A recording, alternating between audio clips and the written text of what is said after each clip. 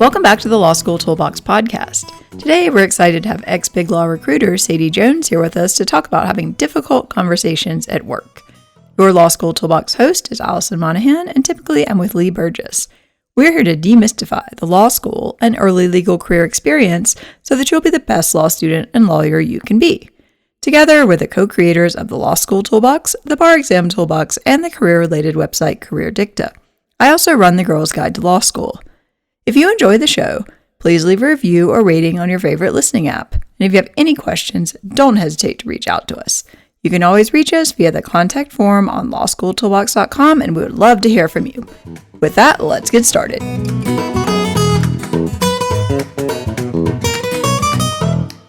Welcome back to the Law School Toolbox podcast. Today, we're excited to have ex-BigLaw recruiter Sadie Jones here with us to talk about having difficult conversations at work. Welcome, Sadie.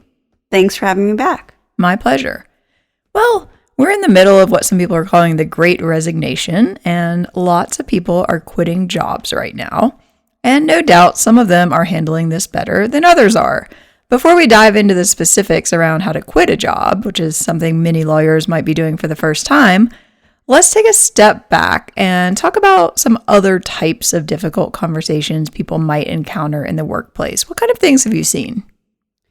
Well, I think there's a variety of conversations and people's reactions to them tend to be similar, which is sort of nervous and maybe a little avoidant. And these can be around performance reviews, which may be positive or negative. Like you may know you're doing well, but you're still worried about this conversation. It could be feedback on an assignment. It could be like more of a career discussion. Like where are things going, good or bad at this place. It could be a personal issue that you're having that you feel like you need to bring up at work and you're not sure how to do it. It could be anything, I think, around promotion or money, benefits, salary, something you're asking for. Yeah, definitely. I mean, I think there's so many different things that people can kind of run into problems with in the workplace. And some of these, like you said, they're not necessarily problems. It might be a positive or potential positive, like you want to ask for a different type of work, or maybe you feel like you should be getting some type of salary increase or a different benefit or something. I know at law firms there can be some angst sometimes around like you want different types of work, you want more work, you want less work. Maybe you need a favor of some type, like some time off or something. Maybe something's happening in your personal life that you think is going to impact your work. There are all these kind of things. I've even had a situation where someone like asks you about a rumor and you're not really qualified to talk about it, or you don't want to talk about it. So I think there's just a lot of things that can come up that people can feel kind of angsty about. Do you have any thoughts on how people generally should approach these type of conversations? I mean, my general advice would be, one, try not to sort of bury it, and like let it fester for a really long time. I think that always makes the conversations harder. And that's been my experience. It can kind of like build up in your mind into like a bigger deal than it needs to be. And some of these things are time sensitive. So my advice would be pick a time that you want to do it. Or that you're planning to do it, or setting a meeting with someone and actually do it. Yeah, I think that's really good advice. I mean, I know particularly around like quitting a job and stuff. I think Lee laughs about this, that like she'd planned to quit her firm job and she kept not doing it. And her husband at some point was like, "Are you ever going to actually quit?" She's like, "Well, just this." She's like, "No, like you're going to put it on the calendar and like you have to do it by this day." I know when I left the firm, it was sort of similar, you're like not quite sure. You're like, I don't know, maybe I'd like another paycheck. And it's just easy to put these things off. In that case, something external also happened that made me have to do it at a certain time. But I do think anytime you have something you want to talk to someone about, it is best to kind of get that on a schedule, or even if it's only your own schedule, because otherwise you can just put these things off indefinitely and they're never going to be resolved at that point.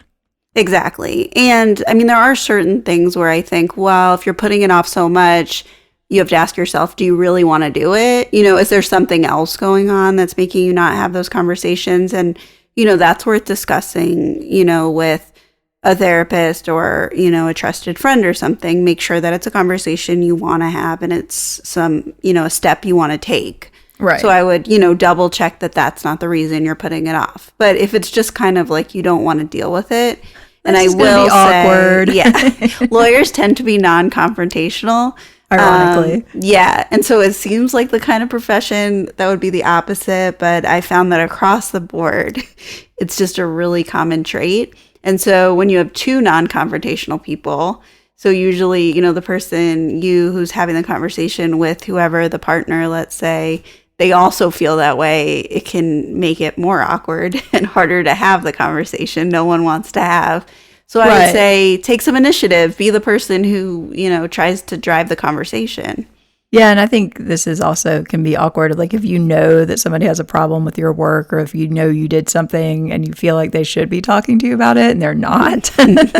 Yeah. I think that's definitely one of those cases where you can probably assume the other person is thinking about having that conversation and not doing it. So it might be good for you to step up and be the grown up and say, hey, I feel like this last piece of work I gave you maybe wasn't like what you were looking for. Do you have any thoughts on that? And just kind of push that conversation forward. I totally agree. And especially like that, where it's something where you feel like, it's a negative thing, you're not going to get a good review or there's an issue.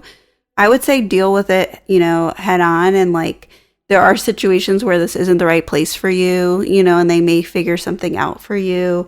Going forward, it may be something where you just need some feedback and kind of move in a different direction with your work.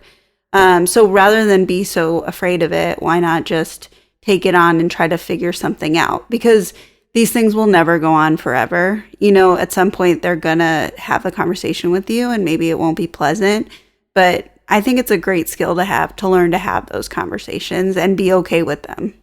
Right, because as a lawyer, you're often going to be having awkward conversations or difficult conversations, whether it's with a client that you have to deliver bad news to.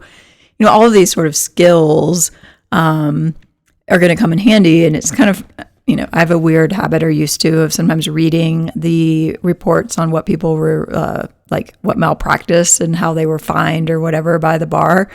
And it's amazing how many of those scenarios start with someone got, say, like a bad court decision, and then they didn't want to tell the client, so then they proceeded to hide it, and then it just spirals out of control. So those are definitely not the situations that you want to find yourself in, or you might be the one who's written up in the back of the bar magazine. Mm-hmm. I could see how those things, you like dig yourself in deeper. Right. And I've seen that even in things that seem small with summer associates, like you said, hiding a mistake, looking at something by accident, seeing something they're not supposed to see, handling something wrong. I always think it's best to bring it up, and maybe bring it up with a mentor or someone you trust first and ask, for some advice. But hiding things just like doesn't work. It always comes out. Yeah, I think if you need to have a conversation, you need to have it. And I think it's good to go in with a plan for this. And I think your idea of talking to someone else first about it can also be good, because part of what you need to do often is kind of practice how you're going to present something. So, say that you're asking for like a more flexible work schedule because you have something going on in your personal life. There are a lot of different ways you could frame that, but you want to kind of think through like what is going to be best received and be most likely to get me the results that I want, right? Absolutely. And this is a situation where I would say in the practice, discuss with the other person, like you said, the framing and how honest and direct you want to be. I think that some people in these conversations give all of this information that the other person doesn't need, right, and doesn't want to know, and is your personal business. And so I do find that sometimes people overdo it with that. So I would make sure that you're kind of vetting it with someone else. Does this sound like something they need to know? Or is there another way to be a little more vague, but get what I want out of it? So in a work setting, I don't think you need to share everything about your personal life. Oh, absolutely. I think that's right. And a lot of times, if this is like a medical issue or something, you're also going to have rights that are protected. And, you want to kind of know what those are going into it. and just be, I think you're totally right. Like, people don't need a ton of detail usually. I mean, there's a fine line between hiding something and just like oversharing. And I think in all of these type of conversations, you want to be really clear on where that line is. And, people may ask you questions that you don't want to answer, you don't feel like you have to answer. And so you also probably want to prep for that. What if somebody's really pushing on this and it's none of their business? Right. Like, maybe there's a way to deflect it, that, come up with some kind of neutral, I'm not really comfortable sharing that. I think there's a lot of those kind of phrases that you could use. Or maybe you say to yourself, well, if they ask me more, maybe I'll tell them more. I'll see what their reaction is. So I like that idea of like looking through different scenarios. I would also say I totally agree with you. You should find out where you're protected, what, they have a right to know or would be best for them to know or not. I've also found that some people think they're protected in a way that they're not. Like, right. In their mind, oh, they're not allowed to, they have to give me. And a lot of times it's not that straightforward. Even something, I know we had an issue at a place I worked where everyone wanted a standing desk and came up with a lot of different reasons they thought they should have one. And in their mind, like, oh, well, this would make my life more comfortable, they have to give it to me. And that wasn't actually true. And so I think, like, you should know where you stand with it before you kind of like make a big deal about it, and demand something. And maybe it's something you could just pay for yourself. Like, I want to have this, I'll put in the money. So just as an example of, an accommodation that maybe is, allowed for some people, but isn't just something anyone can get if they ask for. Yeah, I remember I went through like a week of insane back and forth over getting a particular type of mouse that I needed to avoid carpal tunnel. And at some point there was this moment of like, I really should have just paid the $30 and like been done with this. Yep. Like, I just did not anticipate it being that type of problem, but now it's become this thing. And yeah, it's just a mouse.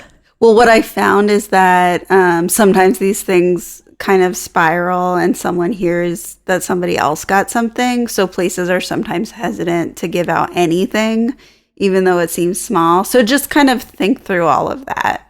Yeah, I had another situation with a whiteboard that took like multiple weeks and like partner intervention with like the head of the firm to get me like this $100. No, it was probably, again, like a $30 whiteboard. I mean, it was insane, the amount of time that was spent on this. And sometimes you don't know. There might be a place where that would be absolutely no big deal. Right. So sometimes asking around a little bit, is it the kind of place where they'll just give you stuff because they want you to be happy and productive, and not want you spending time you could be billing on the stupid whiteboard. But then there are places, who it's like every extra pencil is a really big deal. So. Yeah, I think you got to know your culture. Exactly.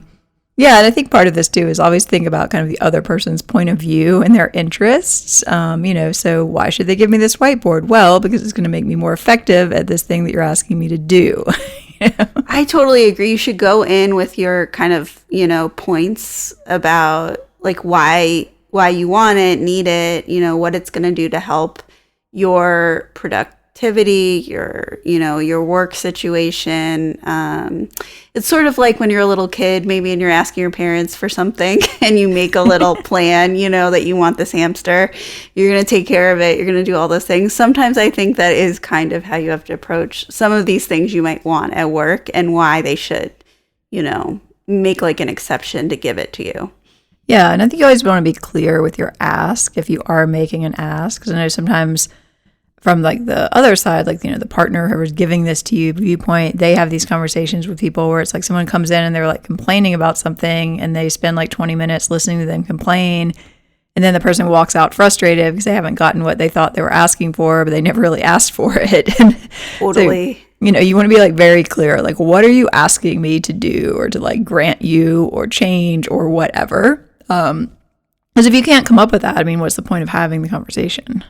Yeah, I think some people do that too with like, they're not happy or something, or their life feels out of control. Like, you shouldn't be going to a partner and just saying like, generally you're miserable and crying, which I think a lot of people do, or kind of find themselves in those situations. Rather than do that, like, talk to a therapist, talk to, like we said, someone outside first. work through maybe some of the issues, and then come up with a plan of what are the things they could do that would make things better, rather than put the work on them to figure it out for you, because that's not something they're probably going to do. Well, it's also unlikely to work, because if you don't know what you want, how's anyone else going to know what you want? Exactly. And if you know that what you want is not to work there, then going through all of these hoops to try to have them accommodate stuff that you don't think is going to work out in the end anyway, I think is a mistake and can like burn bridges. It's better to just leave, if that's what's going to happen. Yeah, I remember someone when I was a summer associate in New York like that, like an associate. And I don't know why he was even telling me any of this, but he was complaining to me about like all the things he hated, and like he was trying to change this and he was trying to change that. And like, but every time I'd see him, it was like he'd made the change and he was still miserable. I think he ended up quitting in the end, but it was just kind of this like ongoing saga of like, oh, I'm going to change offices and that's going to be better. Oh, I'm going to change like this and that's going to be better. And I think it just kind of got really draining for everyone. Well, and I think that's good kind of life advice. If these external things aren't necessarily going to fix something going on, that you're unhappy with. So there are situations where you're like, having that mouse is going to make it so that my hand doesn't hurt and will make it easier for me to do my job. It's not about like you hate your job. It's about your hand hurts. And so those are all fixable. But if it's sort of a general, I'm unhappy, then I actually wouldn't bother with any of this other stuff. Because no one wants to deal with that. And at some point they're like, want you to leave. It's, anyway. Right. And I think there are things that, even like big things that you could change. Like say, for example, you've gotten stuck working with a particular person that is just like an absolute nightmare for you. Something like that. Like that's a pretty big ask not to work with this person ever again, but it might actually change your experience. So maybe it's worth it. Yeah. But yeah, you have to be pretty clear that you're not just going to like move to the next person and be like, well, actually, it's just that I hate this job. Exactly. And I think that is where people get into trouble. Also, you should know what kind of capital you have going into that. You know, do you have good reviews? I think people usually know if they're doing well somewhere. Not always, and I know people will say, I don't get any feedback, but you probably did get feedback that you didn't really interpret as feedback. So I do think a lot of times people have an idea of if they're doing well, if they've been told that they have a future, even in the sort of short term. And so you should know that going into any of these conversations where you're asking for something special, because, if you're not doing well, then I would put my energy into something else. No, I think that's great advice. I'm remembering a situation where I was like a young attorney at a firm, and they just had this blanket rule for whatever reason. We all had to do this like really annoying document review with this really annoying person in like a different office, and this guy was like a complete dictator, and I couldn't stand him. And I literally like went to the person I was supposed to be working for and was like, look, I will do this if you tell me I have to do it, but you should understand that like I am more valuable to you doing X, Y, and Z than doing this work. And there was this moment of like, yeah, you're right, you are. I'll call this person and tell them you're not working for them. But like, I also had to follow through on that. Yeah. Well, and that's the other thing. You do need to know, depending on what they say, how you're going to react to that. I don't really like ultimatums anyway, but definitely don't give ultimatums and then not follow through with it. That's not good. Yeah, it's like if I basically said like I am more valuable to you than whatever you've told me I should be doing, I have to make sure that I'm actually incredibly valuable at that moment and like do really good quality work and do everything else that I'm asked to do if I want to get off of this annoying other project. And like, for example, a lot of people want kind of alternative work schedules, and there's different situations where, they're a possibility or they're not. But if it's something where you feel like it could work, I think it's really important to plan out what that work schedule is going to be, how it is really going to, work, how you're going to deal with clients, how you're going to make sure that nothing about that work schedule is going to, make things really difficult for everybody else. Because I know a lot of people that have made that work at big law firms, but it's because they had a plan and followed through with it. Like a lot of times taking one day off a week does not work as well as just working fewer hours all the days. It can be really hard to completely take off one day because maybe that's a day where someone wanted a meeting. So just think about things like that. Like, how is it going to work? How have you thought it through? And maybe even say, like, I want to try it like this for 3 months, and if anything comes up, I'm totally flexible to reevaluate. Just make sure you're being flexible about how whatever you want is going to affect other people. No, I think that's true. I mean, I think you can often get at least some of what you want, but you have to be really clear about what you actually want and how this is going to work. And then, sometimes people are like, okay, cool, we'll try it. And sometimes for whatever reason, they say no. And then you have to evaluate, okay, like, is this something that I can live with or not? So, I mean, how do you think somebody's supposed to know kind of when it's time to cut their losses and move on, like if this conversation doesn't go well? I think if sometimes you might want to say, okay, I'll go back, or say to yourself, I'll go back with a different attitude about it, or like I'll come up with another plan of something I think might work. But if you know that not getting this thing that you're asking for is going to make your life miserable, make you sort of unable to do this job without complaining about it constantly, and you're always going to go back to this conversation of what they didn't give you and how you're upset about it. To me, that's where you say, like, I need to try something else. And then ask yourself, is it BigLaw in general or wherever you are? Because then don't apply to the same kind of job somewhere else and expect it to be different because, I didn't have this person. Maybe you need something different, figure out what that is. But I would say if you feel like you are never going to be able to let this thing go and they're not going to give it to you, then to me, it's time to move on.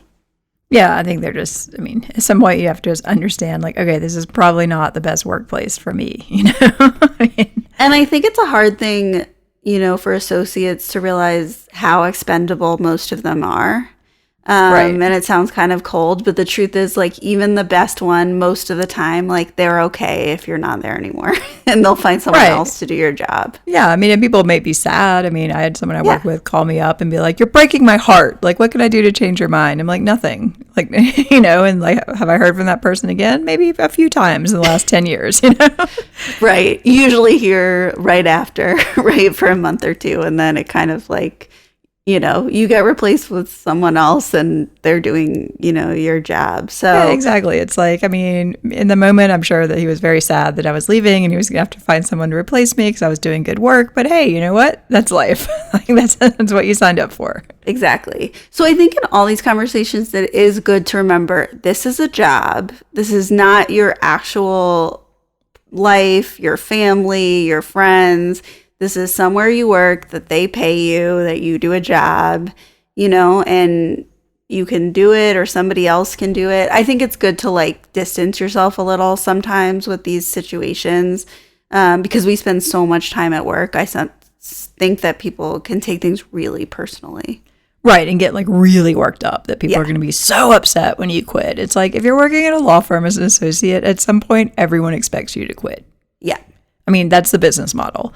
Like, yes, they might be sad, they might be frustrated, whatever, but nobody's going to be shocked if you walk in and quit. Right. It's a pyramid, and there are very few people left at the end. Exactly. It's kind of like if it's Survivor. not you, it could be another person, and it'll probably be fine. Yeah, I mean, people quit left and right. It's just kind of what happens. Well, let's actually shift gears before we're out of time and talk a little bit about that, because I know this is an area that everybody tends to have angst about. What are some best practices around quitting? Well, what we already said, which is decide when you're going to do it, and I would say try to stick with that. There might be something that necessitates it being early or later, like a work thing, or something comes up, but I would try to have a plan and I would practice it first. And it would make sure that you try to take the emotion out of it. I think ideally, like, you're not crying when you're quitting, and people do it a lot. You'd be surprised. I think it's nerves. People just get nervous, and then they like kind of get shaken up, and then it's like, oh my God. But yeah, I mean, you want to not do that if you can avoid it. It's not the end of the world. Like, people are used to it, but it just makes everything more uncomfortable. So if you can practice it, I think sometimes it can take some of the emotion out, and practice not like a robot, but practice kind of generally what you're going to say. And I think it's usually a good idea to like compliment them, that you've enjoyed your time there, whether or not you have. Obviously you haven't that much, or you probably wouldn't be quitting, but hey, let's all pretend. And come up with, if you are going to tell them where you're going, tell them where you're going. You don't have to like hide it or be weird about it. I've seen that a lot. Or let's say you're quitting, you're not going to do something else, for now.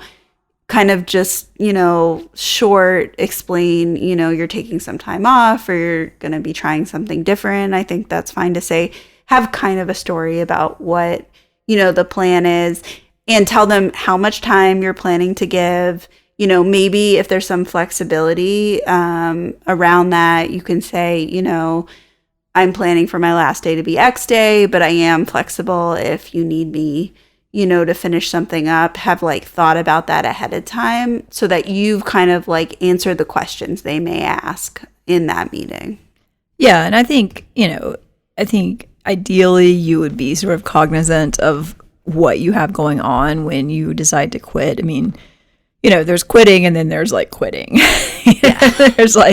There's quitting to move on and do something else. And then there's quitting like literally in the middle of a trial or something, where you're like a primary person who's doing the actual work, and it's going to be like this huge burden. And hey, there may be reasons you need to do that, but I think there should be a very good reason to do that. And you need to tell them what it is. Right. I mean, like that is a real problem. If it's like, okay, you wait until this is over and then you quit, like cool, no hard feelings. But I do think that's one of the places this can go kind of badly wrong, is when people feel like they've really been left in the lurch by this. Like say you take on like a really big new project and you're all excited about it, and then you quit a week later. Like you'd have to explain, this was an opportunity I had that was, I could not give it up. It would never come around again, or some personal issue, or, there should be, like you said, a really good reason. Yeah, also, you should always give at least 2 weeks notice, for sure. It's just rude not to. Yeah, I think that's definitely the expectation, at least in the U.S. What are some not to do's when people are quitting, other than just quitting like right in the middle of the trial because you can't stand it one more second? Don't like burn everything down on the way out and say all the people you hate and like why this was a terrible place. There's just nothing good that's going to come out of that. And so maybe it'll make you feel better for a minute, but everyone will remember. And I just don't think it's like good to put that out there. It's not professional. But I think some people just, have a lot of anger, or feel like this is their chance, and it's just not a good idea. And actually, I have some advice from personal experience that I actually think you can give too much notice. So my advice is, to give, I think like 2 to 3 weeks is right. There might be a situation where I would give a little bit longer because you were wrapping something up. But if you give too long a period of time, I'll just say it gets weird and people start acting weird. And there's like not a lot to do a lot of times in that time because they're already transitioning it out.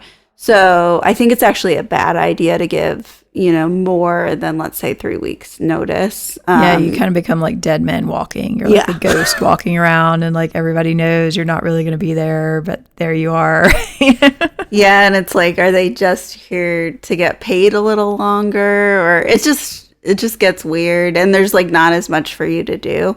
So there's like another, I'd say like don't do it. I just think you should treat it, like I said, like you're a little removed from it, and like just be professional. Yeah, I think on the notice too, it can get weird if someone's like, well, I'm going to give like 6 weeks notice, and then they're like, no, we want you to leave in 2 weeks. Exactly.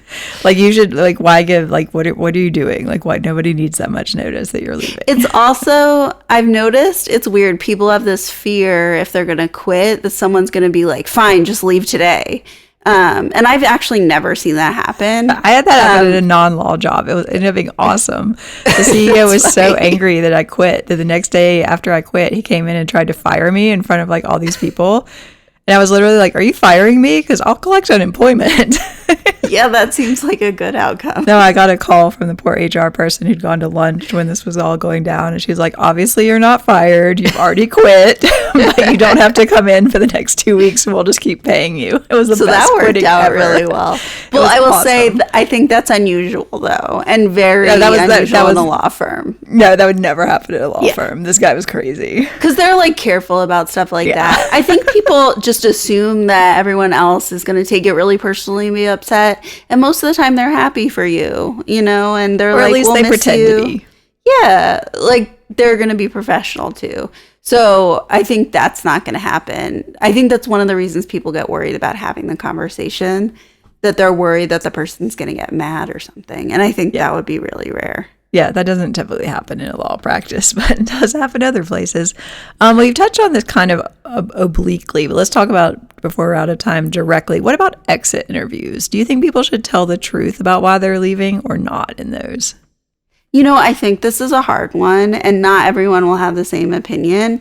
I'm kind of the belief that no, you shouldn't just be honest and tell them everything you think. Like I said, don't burn everything down on the way out.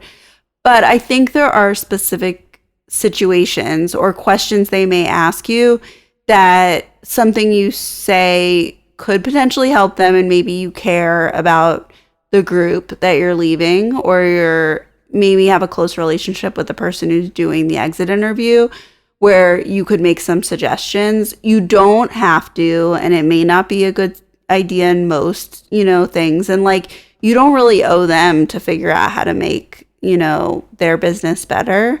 But I do think that there are things where I could think of where a group like kept losing people, you know, at a junior level or something. And someone did say, you know, just so you know, like, this is how the workflow's been. And it's, you know, it doesn't work very well or something. Yeah. So I definitely wouldn't say anything personal, you know, where you're like about someone specific. I don't think it's a good idea to say, you know, this partner's a nightmare. Everyone knows.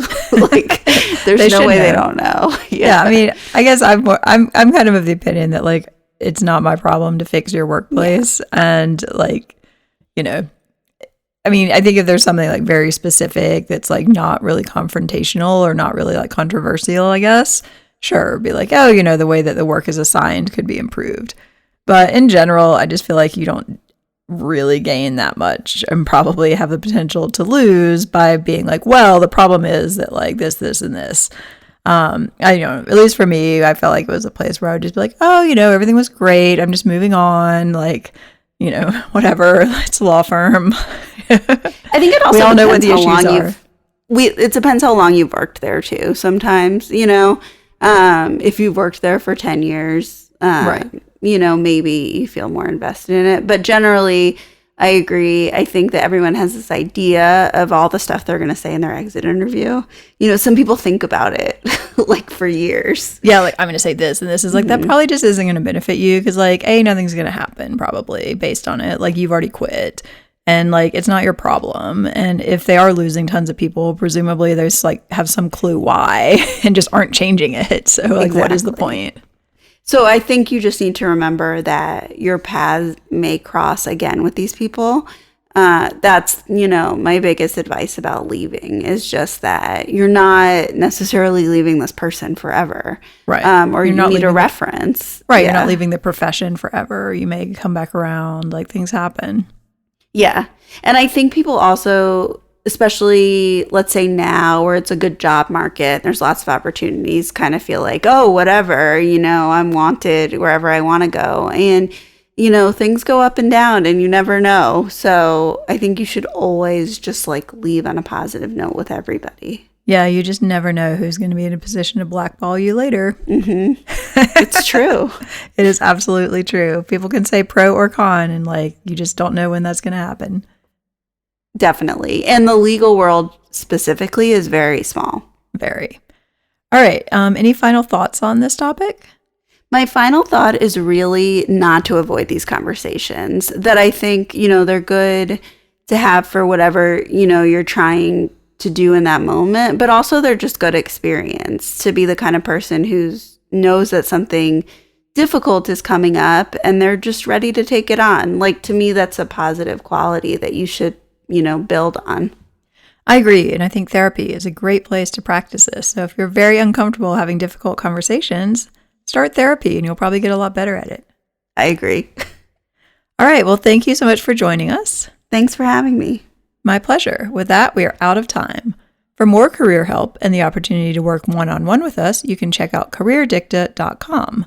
If you enjoyed this episode of the Law School Toolbox podcast, please take a second to leave a review or rating on your favorite listening app. We would really appreciate it. And be sure to subscribe so you don't miss anything. If you have any questions or comments, please don't hesitate to reach out to Lee or Alison at lee@lawschooltoolbox.com or allison@lawschooltoolbox.com, or you can always contact us via our website contact form at lawschooltoolbox.com. Thanks for listening, and we'll talk soon.